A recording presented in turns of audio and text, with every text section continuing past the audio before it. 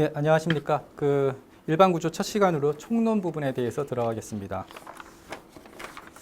총론은요, 간단한 자기소개를 좀 하겠습니다. 장승호고요. 건축사 일을 하고 있고요. 구조에 대해서 좀 관심이 많아서 구조 강의도 하게 됐습니다.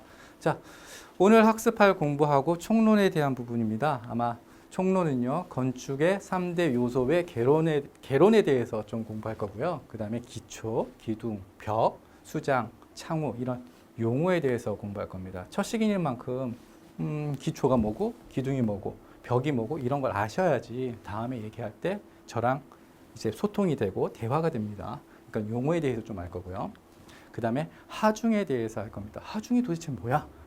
나중에 좀 이따 알 겁니다. 이렇게 해서 한 총론이 세 파트로 나눠지는데 이렇게 한 파트가 나눠지고요. 그 다음에 이렇게 공부를 하면은 한 1시간 정도 공부하시면 충분합니다. 그 다음에 재료에 따른 분류에서 구조가 어떻게 나누어지는지 재료, 그 다음에 구성 양식에 따른 분류, 구성 양식에 따라 어떻게 나누어지는지에 대해서 알아보고요. 그 다음에 물의 사용 유무, 건식이니 습식이니 이렇게 어떤 재료, 양식, 물의 사용 유무에 따라 분류에 대해서 한번 알아보는 게 두 번째 시간입니다. 총론에서 두 번째 시간. 그리고요, 세 번째 시간에는요, 특수구조하고 시스템에 대해서 공부할 겁니다. 아마 특수구조하고 시스템은요, 책을 만들면 보통 맨 뒤편에 들어가는 내용입니다. 그래서 시스템, 특수구조가 제일 뒤편에 들어가는데 이번 책의 구성은요, 앞으로 넣었어요. 왜냐하면 뒤에 있으면 잘 안 보시고요. 그리고 이게 지금 현재적인 추세 흐름입니다. 왜냐하면 이게 고층 건물로 들어가기 때문에 그렇습니다. 그 다음에 마지막으로 구조기술사, 우리가 구조를 공부하고 있습니다. 구조기술사에 대해서 구조기술사가 뭔지, 구조기술사가 하는 일이 뭔지, 그리고 구조안전 확인 사항이 뭔지에 대해서 공부할 겁니다. 자, 페이지로서는요, 여기를 공부할 거고요. 책 교재 페이지로입니다. 첫 페이지고요. 첫 페이지 총론의 1번, 01번, 큰 1번입니다. 건축 구조의 개요해 가지고요. 건축 구조의 범위 이렇게 나왔습니다. 이거 잠깐만 좀 얘기 좀 해볼게요. 1번 건축 구조의 개념 해가지고요. 건축 구조는 기능 구조 미로 이루어진다 이렇게 했습니다. 이거 상당히 많이 할 겁니다. 건축은요, 기능 구조 미 이렇게 되어 있습니다. 제가 첫 수업 시간 때 어디 가서나 이런 얘기를 좀 합니다. 이게 참 희한하게도요. 우리 이게 손가락으로 타자 치잖아요. 그러면 기역, 미음이네요. 기역, 미음. 제가 하나만 더 써볼게요. 그러면 요거 하나만 써보면은 꿈이 됩니다. 건축을 공부할 때 바로 첫 페이지 나오는 게 꿈이 나오더라고요. 꿈이요.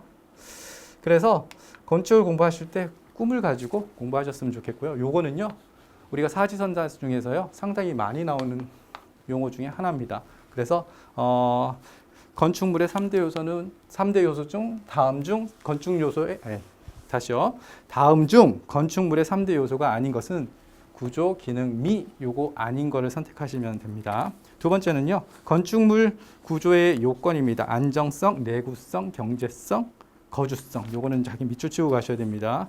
그리고요, 이렇게 문제로 나왔을 때 요거를 선택하시면 됩니다. 자, 가로 2번입니다. 건축물의 개념입니다.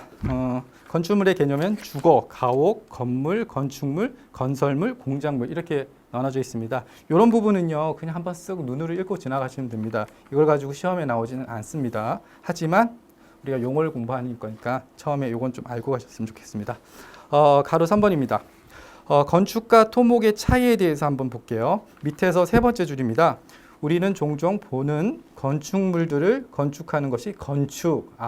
건축물을 건축하는 게 건축이라 하고요. 그 밑에서 두 번째 줄입니다. 주거 공간으로서의 기능이 가능하도록 하기 위한 기반 시설 블라블라 해놓고 이게 토목 이렇게 나왔습니다. 건축물을 건축하는 게 건축의 기반 시설을 만드는 게 토목 이렇게 용어를 좀 알아주셨으면 하고요. 자, 그리고 동그라미 3번입니다. 요거 동그라미 3번부터 4번, 5번은 제가 한번 읽어보겠습니다. 읽어보면서 자식도 한번 읽어보십시오. 왜냐하면 지금 안 읽고 가면 요 부분은 그냥 넘어가는 패스하는 부분이 상당히 많기 때문에 그렇습니다. 자, 3번 읽어볼게요. 도로나 교량, 항만, 공항, 철도 역시 건축과 건축을 이어주는 매개 역할을 하는 것으로서 대지의 조건을 조성하는 토목행위인 것이다. 토목행위가 뭔지 한번 이렇게 밑줄을 그시고 가셔야 돼요. 동그라미 4번. 건축은 토목이 만들어 놓은 기반 위에서, 이건 좀 밑줄 좀 쳐야죠. 건축은 토목이 만들어 놓은 기반 위에서 생활하는 사람들이 거주하는 공간을 만드는 것이라 볼 수 있다. 즉, 토목이 대지를 계획하는 행위라면 건축은 그 대지 위에 공간을 계획하는 것이라 볼 수 있다. 그죠? 토목은 건축의 밑에 있는 거고요. 그 다음에 건축은 그 위에 있다고 생각하시면 됩니다. 그 동그라미 5번입니다. 한 예로 잠실 롯데월드 타워 건설 프로그램 요거 나중에 좀 한번 알아보겠습니다. 요 그 총론 마지막 부분에 요거에 대해서 한번 알아보겠습니다. 그러니까 요거는 그때 알아보고요. 그 팁 요건 한번 읽어보는 걸로 해서 넘어가 보겠습니다. 큰 동그라미 2번입니다. 건축물의 구성 요소에 대해서 한번 보겠습니다. OT에서도 기억나시는지 모르겠는데 요건 한번 제가 PPT 자료를 한번 만들어 봤어요. 너무나 당연한 거고요. 너무나 그러는 겁니다. 한번 여기 볼게요. 건축물의 구성 요소에 대해서 한번 알아볼게요. 여기 이거는 제가 땅이라고 해서 그려놓은 겁니다. 땅이라고 하기는 않고 이제는 조금 더 유식하게 해가지고 집안이라고 하죠. 집안 땅이라고 하고요. 그 건물을 짓기 위해서 땅을 좀 파고요. 거기에 기초를 짓습니다. 기초. 자, 큰 가로 1번입니다. 기초 파운데이션이고요. 건축물 하부 구조를 말한다. 여기 건물 만들 거예요. 그러면 하부 구조를 말한다. 상부 구조물의 하중을 집안에 전달하여 건축물을 안전하게 지탱해 준다. 이게 기초입니다. 기초. 그 다음에 기초가 있는데 이 안반 이렇게 보면은요. 여기가 땅이 있으면 여기가 풍화함이라고 해서 굉장히 연약한 땅이 있고요. 그 다음에 풍화함, 연함, 경함 이렇게 되어 있습니다. 근데 이거는 땅이 굉장히 연약해요. 연약해서 땅 자체를 밑에까지 이렇게 파일 박져서 여기에서 지탱하게끔 만들고 싶어요. 파일을 박는다고 하죠. 파일 박아서 이런 식으로 나중에 두부 정리도 하고 이런 식으로 파일을 박죠.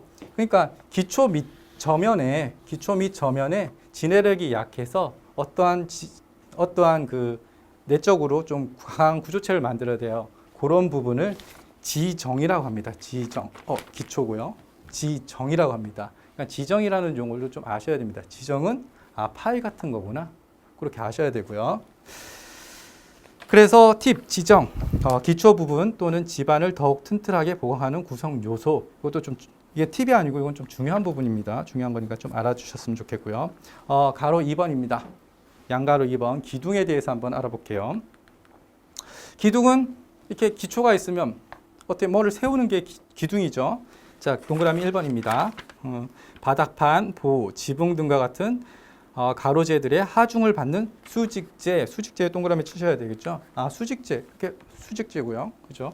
그다음에 동그라미 2번 기초에 받은 하중을 전달하며 기둥 중 그 자체의 수직재 하중도 전달하게 됩니다. 이게 무슨 말이냐면 여기 나중에 조금 이따 무슨 지붕을 하나 그릴 겁니다. 이 지붕이 우선 미리 한번 그려볼게요. 이렇게 그려지면 여기가 하중, 무게가 있을 겁니다. 하중의 개념도 조금 이따 할 겁니다. 무게가 있을 겁니다. 이 무게를 타고 이렇게 타서 이렇게 전달되겠죠. 기초에 전달된 거는 이 땅에 전달될 거고요. 이거의 하중뿐만 아니라 이 자중 부분도 요 하중에 전달될 겁니다. 이런 부분을 기둥이라 하고요. 그 다음에 기둥하고 요게 기둥보다는 조금 더 작은 벽이 있습니다. 그런 거를요 벽이라고 하고요. 이거를 기둥으로 볼 수도 있고 벽으로도 볼 수 있습니다. 그거의 기준은 한 3배 정도의 나중에 얘기하겠지만 3배 정도의 차이가 있으면 폭과 너피의 비가 3배 정도 차이가 있으면 기둥, 그 이하면은 벽 이렇게 차이납니다. 그래서 기둥하고 벽에 대해서 한번 알아볼 거고요. 그리고 벽을 만약에 벽돌로 썼다 그러면 조적 구조가 되는 거고요. 벽을 나무로 만들었다 그럼 목 구조가 되는 거고요. 그 다음에 철근 콘크리트도 나오겠지만 그래서 이건 좀 지워 보겠습니다. 이렇게 완성됐어요. 밑에까지는 지워 볼게요. 밑에까지는 남겨놓고 좀 지워 보겠습니다. 이렇게 집이 완성됐습니다. 완성돼 가지고 지붕까지 이제 만들었어요.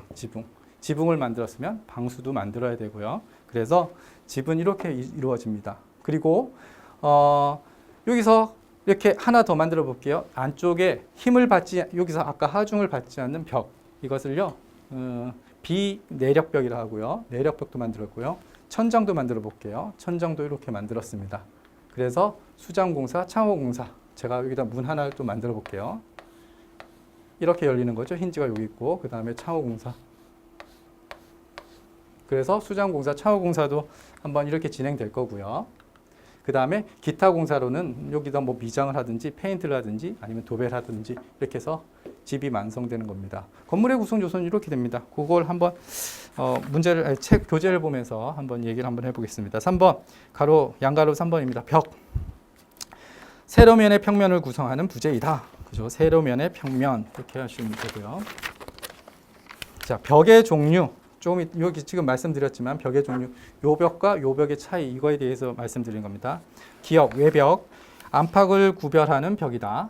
안과 밖을 구별하는 벽이 외벽, 칸막이 벽, 내부 간의 사이를 구별하는 벽이다. 그러면 지금 요거 잠깐만 지워볼게요. 요게 벽이라면 외벽이 되는 거고요. 요게 칸막이 벽이 되는 겁니다. 그리고 비내력벽은요, 하중을 전혀 받지 않고 단지 칸막이 구실만 하는 벽이다. 그러니까 비내력벽은요, 칸막이 벽만 하니까 칸막이 벽에 비내력벽이 존재하는 겁니다. 그러니까 위에 있는 하중을 받지 않고요, 그냥 칸만 구획하는 거를요, 칸막이 벽이라고 힘을 받지 않는 것을 비내력벽이라고 하고요. 이렇게 하중을 전달하는 거를요, 내력벽이라고 합니다. 리을 내력벽, 상부 구조체에 하중을 받아 지탱하는 벽, 이걸 내력벽이라고 합니다. 내력벽과 비내력벽에 대해서도 이게 뭐 너무나 당연한 거기 때문에 그냥 무시하고 가시는데요. 여기에 대해서 뭐 다음 중 내용이 맞지 않는 것은 해가지고요. 내력벽은 하중을 전혀 받지 않는 벽이다. 이렇게 해서 시험에 나옵니다. 그러니까 이거 좀 그냥 넘어가지 마시고 비내력벽과 내력벽에 대해서는 좀 아셔야 되고요. 자, 양가로 4번입니다. 바닥 플로어고요. 1번 수직 구조체, 보, 기둥, 벽 등을 튼튼하게 연결하는 구조체. 요거를 만약에 여기 2층 건물이라고 쳐볼게요. 2층 건물이라고 하면 여기다 하나 더 만들어지겠죠? 요거를 슬라브라고 합니다. 슬라브, 바닥. 그 다음에 동그라미 2번. 자체 하중과 적재된 하중을 받아서 기둥이나 보에 전달한다. 여기 만약에 사람이 있거나 여기 가구가 있어요. 그럼 이 하중이 이렇게 전달돼서 이렇게 가죠? 이렇게 전달돼서 이렇게 갈 거고요. 자, 요게 바닥입니다. 바닥. 그 다음에 5번. 양가로 5번. 지붕, 루프죠. 요 부분입니다. 루프. 건축물의 최상부를 막아서 비나 눈 등이 내부로 들어오는 것을 막는 구조로 모양과 기울기가 다양하다. 뭐 이렇게 하는 거는 평지붕이고요. 이렇게 하는 것은 뭐 박공지붕이고요. 그 다음에 이렇게 하는 거는요, 편지붕이죠. 그러니까 이것도 그러니까 모양이 다양하다는 게 이겁니다. 기울기는 뭐 이렇게 할 수도 있고 뭐 이렇게 세게 할 수도 있겠죠. 이건 다양하니까요. 그거는 그때 가서 뭐 알아보는 거고요. 중요한 부분은 아니니까요. 이렇게 구성됩니다. 조금만 지워볼게요. 6번 천장, 반자라고도 불리는 것으로 위층의 밑바닥, 지붕 밑을 막아서 내부의 상부 구조체를 구성하는 요소. 요겁니다. 요게 천장. 뭐 천장이라는 말을 좀 쓰면은 잘 못 알아듣는데 뭐 현장에 가서 셀링 하면은요, 그냥 천장재입니다. 천장재를 이렇게 얘기하는 겁니다. 천장, 반자라고도 하고요. 자, 7번. 요거는 여기 그림에는 없지만 한번 읽어보겠습니다. 너무나 아는 거니까요. 계단이고요. 동그라미 1번. 바닥의 일부로 층계라고도 불리운다. 동그라미 2번. 높이가 다른 바닥을 연결하는 통로의 역할을 한다. 이렇게 됩니다. 8번. 수장. 수장 공사는요, 장식을 목적으로 구조체에 붙여대는 것을 말합니다. 타일, 뭐 도장, 이런 부분을 수장 공사라고 하고요. 9번. 창호, 뭐 윈도우죠. 창호는요, 창은 창문이고 호는 문을 얘기하는 겁니다. 그래서 창호는 문과 창을 같이 얘기하는 거고요. 동그라미 1번. 문과 창을 통틀어 창호라고 한다. 그죠? 2번. 출입, 통로, 채광 등의 목적으로 사용한다. 이게 창호죠. 자, 다음 페이지 넘어가 볼게요. 자, 요거 한번 다시 넘어가기 전에 한 번만 한번 복습 한번 해볼까요? 이미지로 한번 형성해 볼게요. 건축물의 구성 요소입니다. 이제는 바로바로 아셔야 됩니다. 건축물의 구성 요소고요. 땅이 있다. 땅 밑에 땅을 집안이라고 하고요. 땅 밑에 기초가 있다. 기초 밑에 기초가 있고요. 기초 밑에 지정이라는 게 있다. 지정이라는 걸 좀 아셔야 되고요. 그 다음에 기둥과 벽이 있다. 기둥과 벽이 있다. 이거의 기둥과 벽의 종류에 따라서 조적벽이냐, 목구조냐 이렇게 나누고요. 그 다음에 천정, 지붕 및 방수가 있고요. 그 다음에 내력벽이냐, 비내력벽이냐, 그 다음에 천정재, 셀링, 용어에서는 천정재, 반자라고도 하죠. 저도 그렇잖아요. 발로 그냥 셀링이라고 얘기하잖아요. 반자라고도 하고요. 그다음에 수장, 창호, 문인하고 창문하고 기타 공사, 미장 공사, 도장 공사 이렇게 됐습니다. 여기까지가 내용이고요. 다음으로 넘어가 보겠습니다. 팁으로 해가지고 재료의 변형 관련 성지 이렇게 되어 있습니다. 이거는 한번 좀 볼게요. 이건 좀 중요한 부분입니다. 이건 별표 몇 개 하셔야 됩니다.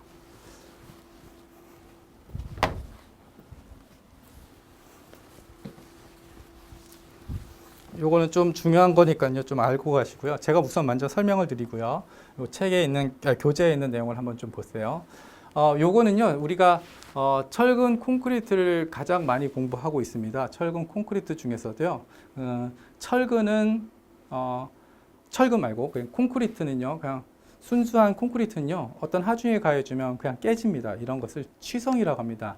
유리를 만약에 탁 치면 유리가 팍 깨지잖아요. 그런 걸 취성적인 성격이라고 하고요. 그 다음에 철근 콘크리트인데 철근은요. 그 연성이라는 걸 갖고 있습니다. 그래서 철근 내에 콘크리트가 이렇게 있으면요. 콘크리트가 이렇게 있으면 철근이 이렇게 잡아당겨요. 잡아당기면 만약에 여기서 하중을 이렇게 준다 하면 이렇게 휘겠죠. 휘는데 만약에 철근이 없이 콘크리트만 있으면 이렇게 금이 갈 겁니다. 이렇게 깨지는 성질을 취성이라고 할 거예요. 좀 이따 조금 다시 드릴게요.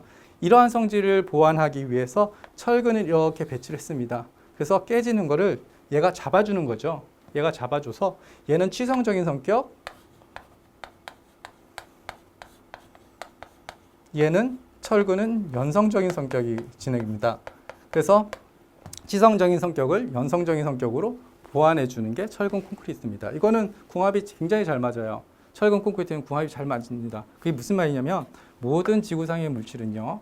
여름에는 더워지면 물질이 길어지고요. 그다음에 추워지면 물질이 쪼그라듭니다. 축축합니다. 그런데 콘크리트하고 철근의 요 팽창 개수가 정확하게 일치됩니다. 그래서 늘어나고 줄어드는 게 거의 같아요. 그렇기 때문에 얘는 참 궁합이 잘 맞는 겁니다. 그 중에 이걸 공부하기 위해서 요 철근을 하나 뺄 거예요. 요 철근을 하나 뺄 겁니다. 철근을 뺄 때 어떻게 뺐냐면 이렇게 하나 빼는데 이렇게 하나 자를 겁니다. 요 철근입니다. 철편이라고 하죠. 그래서 이렇게 이 철근이고요. 좀 3D로 좀 그려보면 이렇게 철편이 있고요. 철편 자체를 실험을 합니다. 이렇게 해서 이렇게 한번 줄 늘리고요. 이렇게 잡아가지고 여기 잡습니다. 이 철편을 잡고요. 이렇게 늘립니다. 이걸 이렇게 늘리는 거죠. 이렇게 늘리면은 늘렸을 때 여기에다가 게이지를 하나 달아가지고 게이지에다 이렇게 컴퓨터에 있는 게이지를 놓고 이렇게 게이지에 대해서 어떠한 변화값을 측정하는 시험을 합니다. 시험에서 나온 결과가 얘예요. 나온 결과가 얘입니다. 그래서 이 실험편에서 나온 결과가 얘고요. 요거는 철근에 대한 겁니다. 철근에 대한 거니까요. 좀 아셨으면 좋겠고요. 시험편 저기가 좀 머니까 여기다 다시 한번 그려볼게요.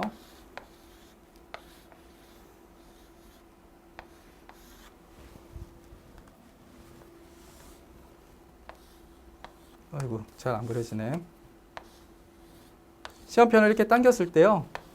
요 부분입니다. 요 부분이 어떻게 늘어났는지를 한번 보는 거예요. 이 부분을 쭉 당긴다는 거는요. 요 면으로 보면은 정확하게 이렇게 3D로 그리면 이렇게 3D로 해가지고 보면 이렇게 면이 하나 나오는 게 알 수 있을까요? 그러면 요게 면적이라고 하고요. 요 면적에서 이렇게 힘이 당겨집니다. 요 면적에서 이렇게 힘이라는 게 당겨지죠. 이렇게 당겨지면 우력을 해가지고 반대편으로 힘이 당겨지고요. 이거를 응력이라고 합니다. 응력은 요거 시그마라는 계열을 한번 써볼게요. 너무 어렵지 않게 그냥 받아들였으면 좋겠습니다. 그냥 힘이라고 생각하시면 됩니다. 면의 면적은 변경되는 게 아니까 이렇게 쓰고요. 그다음에 요게요. 3D로 한번 조금 더 그려보면 요렇게 좀 생겼겠죠. 요 편을 미세하게 잘랐을 겁니다. 요렇게 늘리면 얘가 원래는 이렇게 있던 게 이렇게 조금 더 증가될 겁니다. 그러니까 원래 길이분의 변화된 길이, 이게 변용도입니다. 그러니까 원래 길이가 L이었는데 변화된 길이가 미세하게 조금만큼 올렸다. 이 변형도라고요. 이걸 입실론이라는 용어를 씁니다. 힘들지 않고 그냥 받아들였으면 좋겠어요. 받아들였으면 좋겠습니다. 그러니까 이 그래프는요, 응력과 변형도의 그래프입니다. 응력과 변형도의 그래프예요. 그러면 철근을요, 이렇게 힘을 쭉 당기면은요, 그러니까 힘을 준 만큼 늘어나요. 그죠? 당연한 얘기겠죠. 철근을 이렇게 당기면 힘만큼 늘어나겠죠. 늘어나다가 다시 힘을 멈췄어요. 그럼 다시 제자리로 돌아가요. 그게 어떻게? 정확하게 직선으로 일치돼서 돌아갑니다. 지금 철근을 당겼다가 힘을 딱 주면 힘을 줘서 당겼다가 힘을 딱 빼면 다시 들어가요. 정확하게 일치하게. 그렇게 정확하게 일치되는 것을 비례한계점까지 됩니다. 비례한계점이라고 해요. 요거 굉장히 중요한 내용이고요. 아마 건축을 처음 하시지 않은 분은 아마도 접해봤을 겁니다. 비례한계점이고요. 그런데 당겼는데 어느 순간까지는 항상 같이, 그러니까 비례하다가 이게 약간 이렇게 꺾여지는 부분이 있어요. 그러니까 힘은 조금만 줘도 더 많이 늘어나는 경우가 있고요. 힘을 주지 않는데도 늘어나는 경우가 있었어요. 그래서 여기까지는요, 이렇게 약간 굴곡이지거든요. 굴곡이지만 힘을 다시 주면 다시 이쪽으로 돌아와요. 쭉 힘을 준 만큼 늘어나다가 힘을 좀 줬는데 더 늘어나기도 하고 덜 늘어나기도 합니다. 그러다가 다시 힘을 멈추면 다시 제조로 들어와요. 여기까지를 비례한계고요. 여기까지를 탄성한계라고 합니다. 탄성한계. 여기 끝까지가 아니에요. 그래서 제일 마지막까지 있는 것을 상위 항복점 이렇게 나타냅니다. 여기까지만 한번 볼게요. 힘을 주면 늘어나더라. 비례를 해서 비례한계점. 그런데 다시 놔둬주면은 다시 되돌아오더라. 그런데 조금 더 하면은 비례가 아니고 조금 더 이상하게 곡선을 치더라. 탄성한계점. 그리고 상항복점까지는 그냥 힘을 놔둬주면 다시 되돌아오더라. 그래서 요까지는 알아줬으면 좋겠고요. 그런데 이걸 좀 더 늘려요. 좀 더 늘리면 이게 좀 더 늘리면 힘을 주지 않는데도 이게 훅 늘어날 때가 있습니다. 훅 늘어나는 부분이 이렇게 쭉 늘어난다는 얘기거든요. 힘은 주지 않았는데, 응력이라는 힘은 주지 않은 힘은 그대로 아닌데 변이가 이렇게 늘어나는 경우가 있어요. 이렇게 늘어났다가 어느 지점에 더 늘면 이게 어떻게 저항을 합니다. 저항을 하다가 이렇게 돼서 파단이 되죠. 이게 탁 떨어져 나가는 겁니다. 과거에 공부하셨던 분 아마 이렇게 해서 네킹 이렇게 공부하시는 분도 있는데요. 요거는 면적이 같다고 생각한 거고요. 요거는 면적이 다르다고. 그러니까 면적이 작아지니까 이렇게 한 겁니다. 그래서 요걸로 아셔도 좋고요. 요걸로 하시면 됩니다. 옛날에는 무조건 이렇게 됐는데 면적이 작아지니까 이렇게 된다는 걸로 아시면 됩니다. 자, 용어 정리 한번 해볼게요.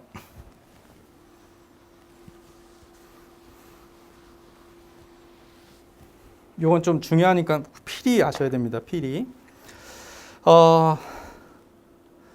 요거는 응력과 시험 자체는 철근으로 했고요. 철편의 시험을 했고요. 응력과 변형률에 대해서 공부했고요. 변형률에 대한 함수고요. 힘을 주면은 어느까지 늘어나더라. 비례한계점. 그러다가 다시 힘을 놓으면 다시 되돌아더라. 정확하게 일치하게. 다시 힘을 줬는데 어느 정도까지는 느슨하게 됐다가 다시 힘을 주면 다시 들어오더라. 그런데 그러다가 이렇게 하면 어떤 순간에는 힘은 그대로인데 변이가 쭉 늘어나다가 다시 이렇게 쭉 올라갔다가 내려갔다. 이거를 좀 보고요. 용어를 한번 좀 볼게요. 요 지점을 비례한계점, 요 지점을 탄성한계점, 위에는 상항복점, 밑에를 하항복점 이렇게 나옵니다. 그래서 시험 문제에서 A, B, C, D 해가지고 용어 문제도 참 많이 나옵니다. 그리고 여기도 나오고요. 이거는 뭐 인장 강도, 그다음에 여기는 네킹 이렇게 나옵니다. 네킹. 목이라는 뜻이죠. 넥타이 할 때 네킹. 목이 이렇게 가늘어지면서 파단이 일어나는 걸 네킹이라고 합니다. 그래서 요 A, B, C, D, E 지점을 좀 중요한데요. 특히 많이 중요한 걸요. 요걸 좀 중요해 주셨으면 좋겠습니다. 상위 항복점, 항복이 영어로 일드라고 합니다. 그래서 FY라는 용어를 쓰고요. FY 요 점입니다. 요 점. 위에 점도 아니고 요 밑에 점입니다. 그다음에 네킹은요. 요거는요. 난 더 이상 이제 늘어났다가 끊어질래. 그래서 FU 해가지고 얼티미네이트 해가지고 인장 강도라고 합니다. 요거는 상당히 중요하니까 좀 아셨으면 좋겠습니다. 인장 강도, 항복 강도 이 정도는 좀 아셨으면 좋겠습니다. 자, 이런 그래프를 가지고요. 지금 교재에 나와 있는 내용을 한번 설명할 겁니다. 설명하고 한 번 더 복습해 드릴게요. 잠깐만 칠판 좀 지우겠습니다.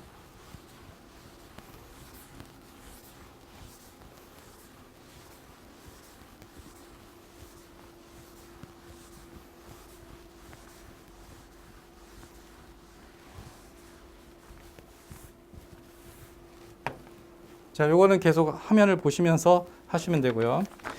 자, 그 팁입니다. 이건 팁이 아니고 상당히 중요한 것입니다. 한 별표 한 두 개는 하셔야 됩니다.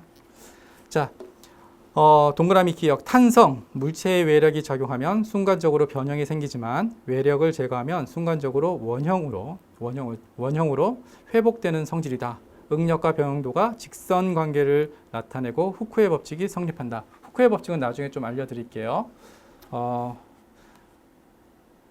그리고 소성, 재료에 작용하는 외력이 어느 한도에 도달하면 외력의 증가 없이 변형만 증가하는 성질이 소성입니다. 이건 조금 할게요. 여기까지를 탄성 영역이라고 하고요. 이렇게 해서 다시 돌아오는 것을 소성 영역입니다. 소성 영역을 한번 영어로 한번 볼까요? 소성 영역을 영어로 한번 보면 플라스틱시티라고 됩니다. 우리 플라스틱 아시죠? 플라스틱 이렇게 좀 휘잖아요. 그 성질이 소성입니다. 그 다음에 연성은요. 끊어지지는 않지만 늘어나는 성질을 연성이라고 하고요. 좀 동그라미 디귿입니다. 연성.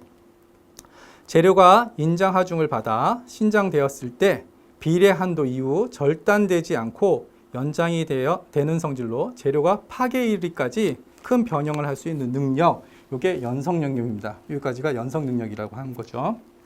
그 다음에 취성. 취성은 연성의 반대예요. 아까처럼 뭐 유리가 어떤 힘을 받으면 늘어나거나 어떤 변화가 일어나지 않고 바로 깨지는 성질을 취성이라고 합니다. 취성 볼게요. 취성.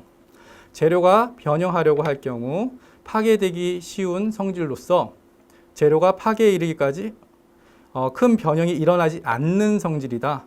유리나 주철 등은 이러한 성질의 물질이다. 취성. 이거 좀 알아두셨으면 하고요. 인성입니다. 인성. 인성은 좀 에너지 성질이 좀 강해요. 요거 마지막에 정리하면서 한 번 더 해줄게요.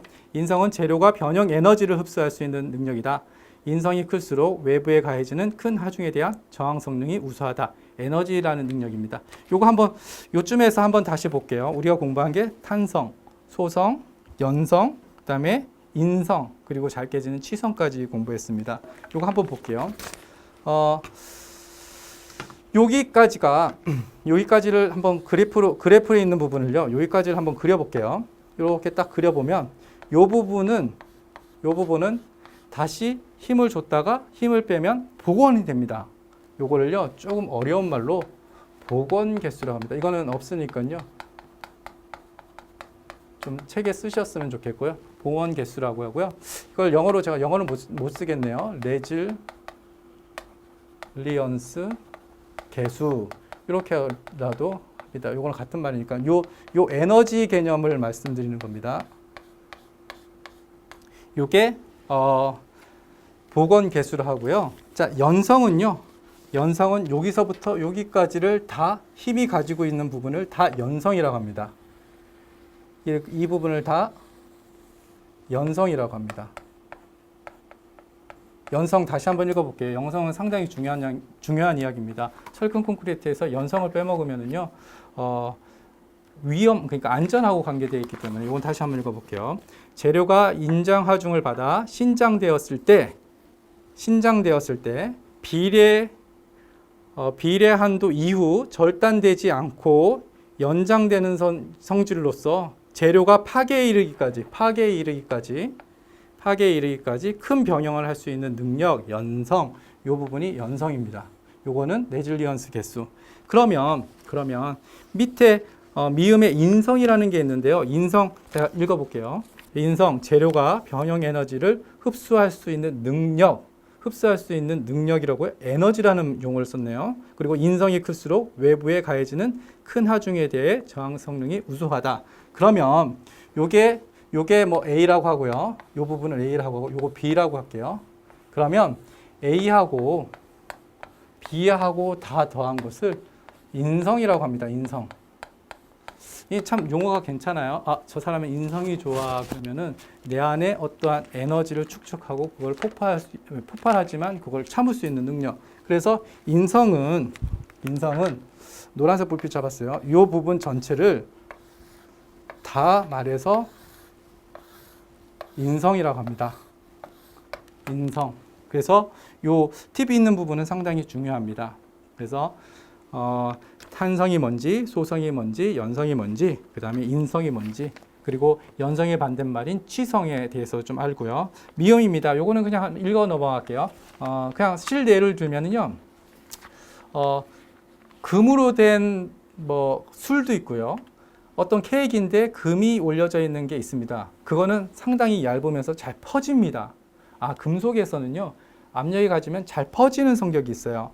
그거를 가지고 전성이라고 합니다. 전성. 제가 읽어보겠습니다. 재료를 두들기거나 아변했을 때, 아변을 눌렀다는 얘기입니다. 아변했을 때 평행으로 연장되는 성질을 말하며 가단성이라고도 한다. 그러니까 강이나 통, 알루미늄 등은 가단성이 크며 일반적으로 열 가하면 가단성이 증가한다. 가장 큰 거는 금입니다. 금. 여기서는 뭐 알루미늄 이렇게 이해하면 되겠죠. 알루미늄으로 표현되는데 가장 큰 거는 금입니다. 자, 여기까지 해서요. 요거의 정리를 한번 해보고요. 요거는 꼭 암기 한번 하셔야 됩니다. 암기하시고 자기가 한번 그리고 나서 아, 이게 뭐지? 자기가 쓸 수 있어야 됩니다. 시험에 한 번은 만나볼 거고요. 아마 꼭은 지나가야 할 과정입니다. 제가 한번 얘기를 해볼게요. FY가 어딥니까? 예, 여기입니다. FY가 yield, FU 얼티미네이트, 나 인장에서 끊어질래 이렇게 된다는 거. 그다음에 비례 한계는요, 직선인데 탄성 한계는요, 곡선까지. 그리고 상항복은 윗상이죠, 윗상 이렇게 되고요. 요 밑부분을 레질리언스 계수, 그래서 탄성 영역. 그다음에 여기까지 쭉 늘어나는 것을 소성 영역. 그다음에 여기서부터 여기까지를 연성, 그죠? 여기와 여기를 다 합쳐서 인성. 이건 좀 아셔야 됩니다. 그래서 요거는 탄성 영역, 소성 영역, 변형도 경화 영역, 그다음에 파괴 영역. 여기가 파괴 영역이죠. 요 정도는 좀 아셔야 됩니다. 자, 필히 좀 아시고 요건 했으면 좋겠습니다. 다음으로 넘어갈게요. 큰 2번입니다. 2장이죠. 큰 2장. 건축물의 구조 기준. 그래서 동그라미 1번 하중에 대해서 한번 해볼게요. 아까 제가 얘기했을 때 외부에서 누르는 힘을 하중이라고 합니다. 하중. 그러니까 어떠한 것을 눌렀을 때를 하중이라고 하고요. 하중은 1번, 가로 1번입니다. 하중의 개념. 구조물에 작용하는 무게를 하중이라 한다. 양가로 2번입니다. 하중의 종류는요. 고정하중, 그 다음에 동그라미 2번 활하중, 3번 장기하중. 자, 장기하중에 조금 이따 다시 읽겠지만 장기하중 맨 끝에 한번 볼게요. 장기하중은 고정하중과 활하중을 합한 것을 말한다. 장기하중. 단기하중은 뭐 제일 뒷부분입니다. 설하중, 풍하중, 지진하중, 충중하중 같은 거를 합한 것을 말한다. 단기하중. 그러면 하중에 대해서 한번 공부하고 가셔야 됩니다. 하중에 대해서. 자, 그러면 하중에 대해서 한번 공부하는데 이걸 공부하실 때 자기가 개념을 좀 가지고 있어야 됩니다. 개념을 가지고 있어야 됩니다. 제가 한번 얘기를 해볼게요. 물이 있어요. 물이 있는데 물을 여기서 1m고요. 이렇게 해가지고 1m 이렇게 됩니다. 그리고 이렇게 돼서 이렇게 하나의 입방으로 그렸어요.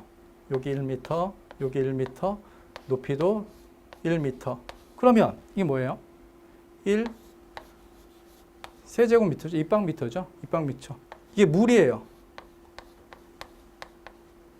그럼 이거는 몇 킬로? 몇 톤?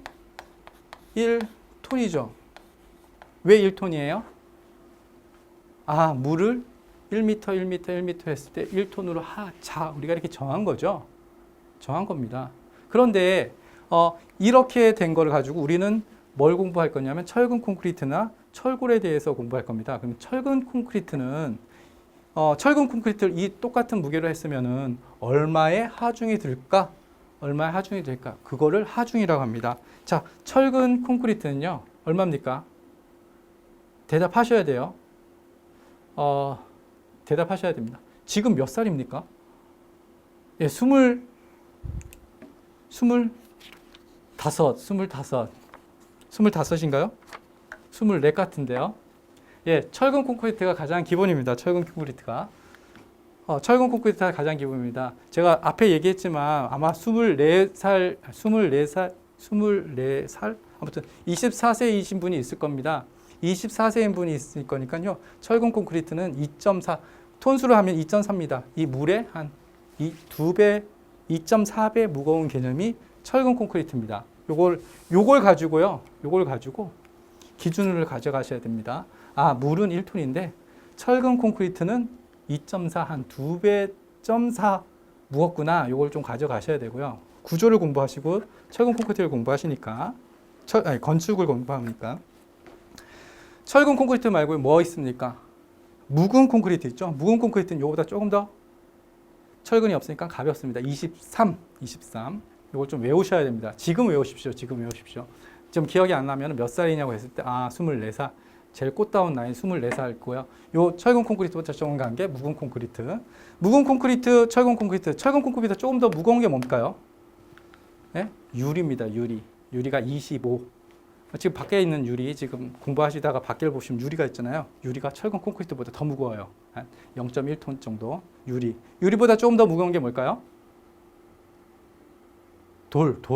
판. 화강석 29 정도 됩니다. 29. 자, 기준을 가져가셔야 됩니다. 철근 콘크리트 24, 조금 가벼운 거 23, 조금 더 무거운 거 유리, 그 다음에 조금 더 무거운 거 돌 29, 그 다음에 우리 보이는 것 중에서 제일 무거운 게 뭐예요? 건축자재에 제일 많이 쓰이는 거 철 78.5 요거 아셔야 됩니다. 저도 외웠잖아요. 78.5 이렇게 되는 거고요. 참조적으로 좀 알고 싶은 건 나무는 0.6톤. 나무가 0.6톤이니까 물에 뜨죠. 요건 다 크니까 가라앉은 거고요. 나무는 0.6. 그 다음에 석고보드는 단위가 이런데 80N에 이렇게 된다는 거. 그 다음에 참고적으로 알고 가시면 이거 좀 선이 보이는지 모르겠네요. 참고적으로 알고 가시면 철근 콘크리트는 25. 얘랑 같아요. 그 다음에 모르타르는 20. 요 정도는 좀 암기하셔야 됩니다. 암기. 건축을 공부하시면 요 정도는 암기하셔야 됩니다. 요 모르시면은요. 정의롭지 못한 거예요. 좀 암기하셨으면 좋겠고요. 좀 이렇게 됐을 것을 고정하중이라 한다. 고정하중. 한번 외우는 방법 외우셨어요? 아, 내가 24살인데 그거보다 무거운 거, 가벼운 거 이렇게 외우시면 좀 더 공부하기가 쉽고 좀 더 이해되기가 쉽습니다. 자, 큰 가루 2번입니다. 하중의 종류해가지고 고정하중. 요걸 제가 설명드린 거예요. 요건 암기사항이고 책에 없으니까 뭐 메모를 하든지 적으시면 됩니다. 동그라미 1번 고정하중. 건축물의 구조부와 설비시설 및 고정되어 있는 비내력 부분 등의 중량을 전부 포함한 하중을 말한다. 그래가지고요. 재료의 고정하중은 필히 암기하셨으면 좋겠습니다. 자, 그리고요. 다음에 공부할 게 동그라미 2번이네요. 활하중에 대해서 공부할 겁니다. 활하중. 사람, 물품 등 건축물의 각실 및 바닥의 용도에 따라 변경되는 하중을 말한다. 이것도 좀 개념을 가지고 외우셔야 됩니다. 외우셔야 돼요. 지금 제가 여기 강의를 하는 데는요. 교실이 아니고 사무실입니다. 제가 여기 사무실에서요. 야, 일로 와봐. 이렇게 하면은요. 몇 명 모일까요? 일로 와봐 그러면은요. 뭔데 하면서 한 3명 정도 모일 겁니다. 어디에? 이 바닥 1m 있는 공간에 사람이 3명 모일 거예요. 3명. 일로 와봐. 이거 왜 그래? 기본적으로 한 3명 정도 모일 거예요. 그러면 이 친구들이 몇 킬로냐면 80kg이라고 봅시다. 80kg, 폴스죠. 정확하게 얘기하면 80kg이라고 봅시다. 80kg이면요. 80kg이 3명이 모이면요. 24. 그냥 대충 25로 할게요. 킬로 뉴턴이라고 하고요. 어디에? 미터 제곱에 어디에? 사무실에. 어떠한 기본 등분 합중은 이렇게 움직이는 사람의 하중을 나타내는 것을요. 기본 등분포 하중이라고 합니다. 제가 기준을 어디 했어요? 사무실에 했습니다. 여기 2.3인지 2.5인지 조금 헷갈리네요. 2.5 같은데 한번 이거 판서를 한번 볼게요. 2.5가 맞는 것 같아요. 2.5가 맞아요. 한번 볼게요. 맞나? 자, 왜 안 나올까요? 자, 사무실 2.5 맞아요. 2.5kg. 표기는 잘못했네요. 2.5, 38에 24니까 2.5kN 이렇게 나옵니다. 사무실 요만한 공간 1m, 1m는요. 사람 한 3명 정도는 활동할 수 있는 공간이구나. 사무실 이렇게 아시면 됩니다. 자, 이해를 하셨죠? 등분포 하중이 뭔지는 이해를 하셨죠? 그러면은 사무실 말고요. 잠자는 곳. 만약에 주거, 아파트나 이런 잠자는 곳은 얼마일까요? 사무실보다 생각을 하셔야 됩니다. 사무실보다 클까요? 작을까요? 크다. 사무실에 사람이 많아요? 집에 사람이 많아요? 사무실에 사람이 많죠? 잠자는 주거 공간은 2kN 정도 됩니다. 개념을 알고 가시라는 얘기입니다. 개념을요. 이걸 무조건 외우지 마시고요. 개념을 알고 가셔야 됩니다. 사무실은 2.5, 주택은 2. 그 다음에 좀 더 무거운 게 학교가 상당히 많습니다.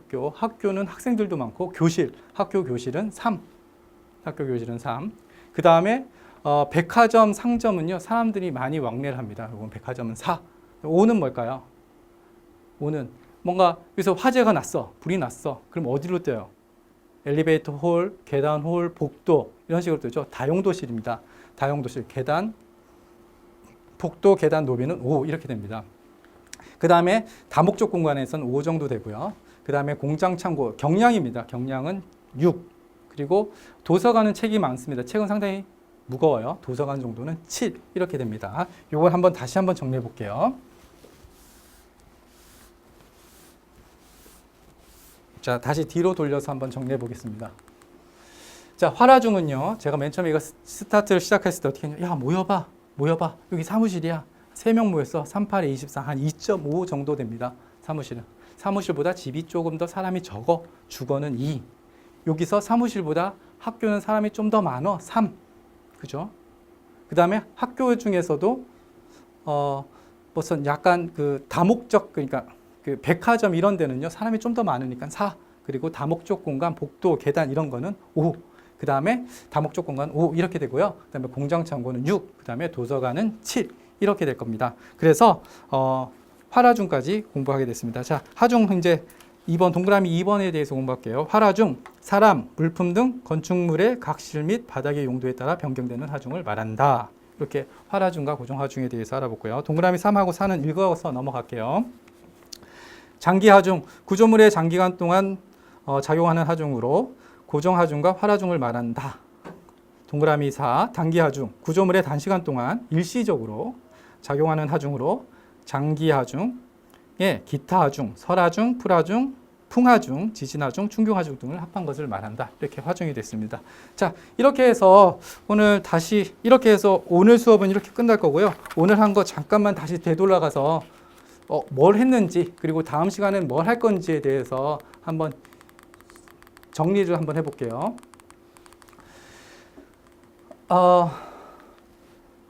자, 총론에 대해서 공부할 거고요. 제가 먼저 공부한 겁니다. 총론에 대해서 건축물의 3대 요소, 꿈을 가져라, 구조, 기능, 미, 그 다음에 건축 개론에 대해서 좀 공부했고요. 그 다음에 기초가 뭔지, 기둥이 뭔지, 벽이 뭔지, 수장이 뭔지, 창호가 뭔지, 그 기타 등등 용어에 대해서 공부를 했습니다. 그리고 하중에 대해서 공부를 했고요. 하중에 대해서 제가 무슨 이야기를 가지고 얘기를 한 게 있었습니다. 그리고 좀 더, 그 다음에 어차피 PPT가 있으니까 다음 시간에 공부할 거는 재료에 따른 분류와 그 다음에 구성 양식에 따른 분류, 그 다음에 물의 사용 유무에 따른 분류 이렇게 공부할 거고요. 그 다음에 특수구조 시스템은 첫 번째 시간, 두 번째 시간, 그 다음에 구조, 세 번째 시간 이렇게 진행됩니다. 오늘 한 거는요. 건축 구조물에 대해서 어떤 용어가 이렇게 나왔는지 이제 다시 반복하지는 않겠죠. 이렇게 나왔다는 거고요. 모르시면 다시 넘어가셔야 되고요.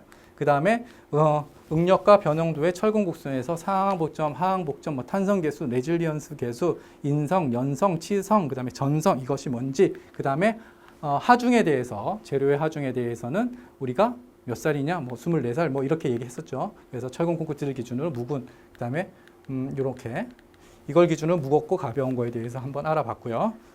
그 다음에 활화중에 대해서는 사무실을 기준으로 해가지고 주택은 2, 그 다음에 학교는 3, 그다음에 백화점은 4, 그다음에 복도는 5 이렇게 여기까지 알아봤습니다. 이거는 다음 주 거고요. 자, 이렇게까지 알아봤습니다. 자, 오늘 총론 첫 시간 여기까지 마치겠고요. 다음 시간에 또 뵙겠습니다. 네, 감사합니다.